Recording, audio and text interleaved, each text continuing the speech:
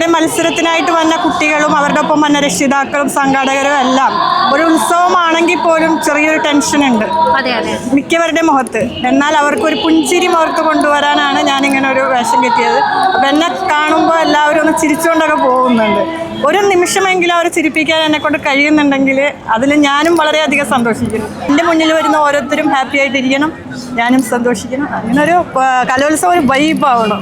അത് മാത്രമല്ല, നമ്മൾ മത്സര ഇനങ്ങളിൽ കുട്ടികളൊക്കെ വളരെ സ്ട്രെസ്സോട് കൂടിയായിരിക്കും വരുന്നുണ്ടാവുക. അപ്പോൾ ചേച്ചിയുടെ ഈ ഒരു കോസ്റ്റ്യൂമിലേക്ക് എത്തുമ്പോഴേക്കും അതൊരു പുഞ്ചിരിയായി മാറ്റാൻ കഴിയുന്നുണ്ടല്ലോ? തീർച്ചയായിട്ടും. ചില കുട്ടികളൊക്കെ കരഞ്ഞ് കണ്ണ് കലങ്ങിയിട്ടൊക്കെ നിൽക്കുന്നവരുണ്ട്. അതായത് ചിലപ്പോൾ നമുക്ക് ഈ ചൂടെടുത്തിട്ടായിരിക്കും, അല്ലെങ്കിൽ അവരുടെ കോസ്റ്റ്യൂമിൻ്റെ ആയിരിക്കും, അല്ലെങ്കിൽ സ്റ്റേജിൽ കയറുന്ന ടെൻഷനായിരിക്കുക.